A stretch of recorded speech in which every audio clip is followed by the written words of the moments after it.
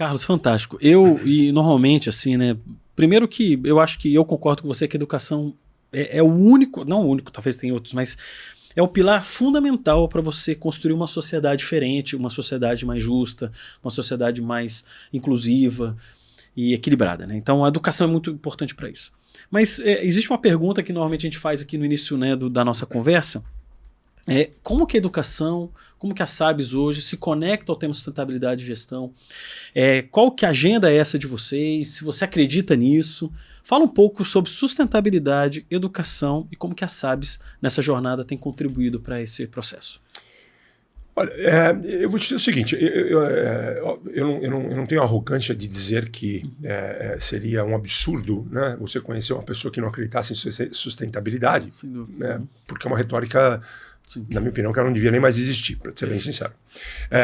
Agora, o que eu acho assim, o que eu vejo muito, e eu não sou um expert, assim como você e a sua empresa, mas o que eu vejo muito é uma certa utopia do que é a sustentabilidade possível e do que é a sustentabilidade possivelmente ideal.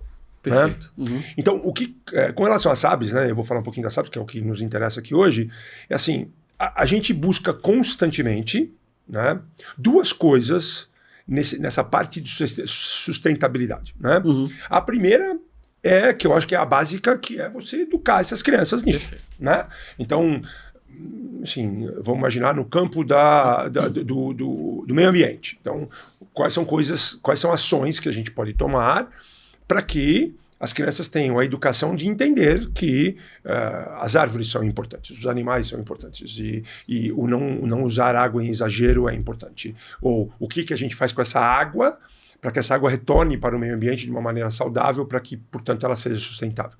Então, a educação dessas crianças e o mais interessante, não só das crianças, de todo o corpo de staff da SABS. Perfeito. Porque uma das maneiras de você educar, como você obviamente sabe, é o modelo. Você tem que dar o exemplo. Se você não der o exemplo, se eu falar para as crianças que os papéis têm que ser jogados nesse lugar específico porque eles vão ser recicláveis e eu jogar o papel no lixo comum, eles vão olhar para mim e falar, bom, eu não estou entendendo, né? Então, o educar as crianças e todas as pessoas envolvidas na comunidade é crítico. E o segundo, que parece a mesma coisa, mas não é você conscientizar as pessoas. Porque as pessoas vão errar. Sem dúvida. O errar faz parte do processo. Eu não tenho problema com erro, eu tenho problema com a repetição do erro. Perfeito. Né? Então você conscientiza. Então, quando você fala, jogue papel aqui, mas jogue papel aqui por quê?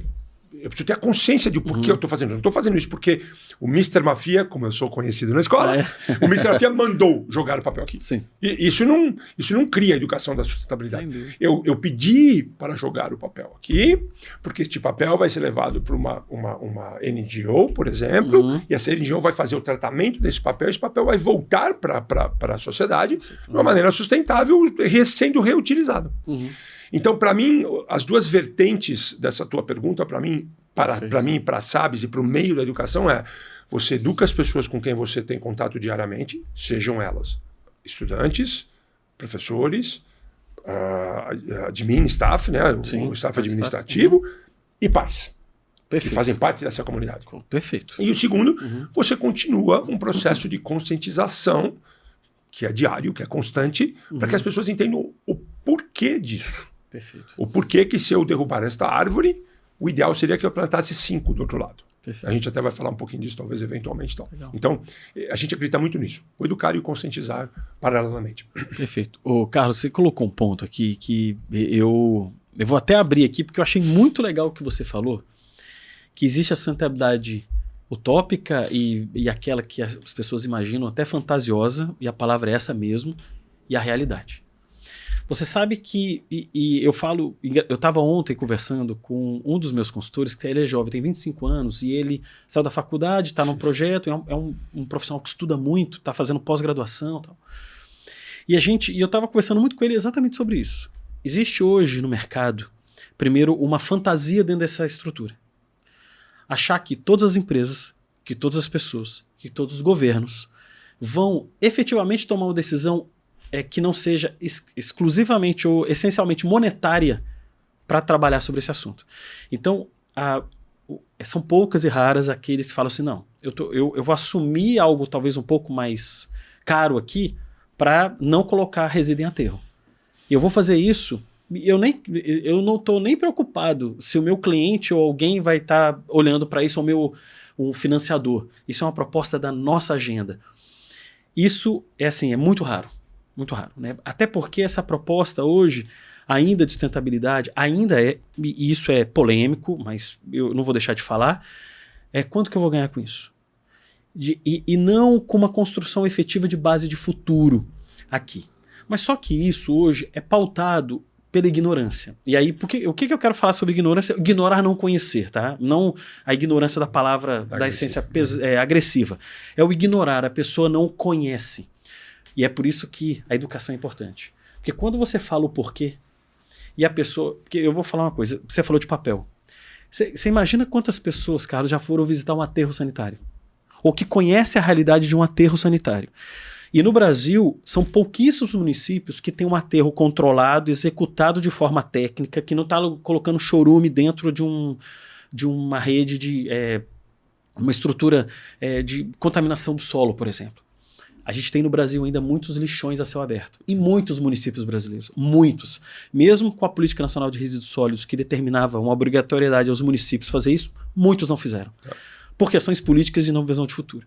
Então, você falou só do resíduo, né? Então, você imagina diversidade, falar de discriminação, preconceito, olhar o outro, cuidar do outro, ou fazer qualquer gestão que seja bem estruturada. Isso ainda, as pessoas conhecem pouco sobre isso.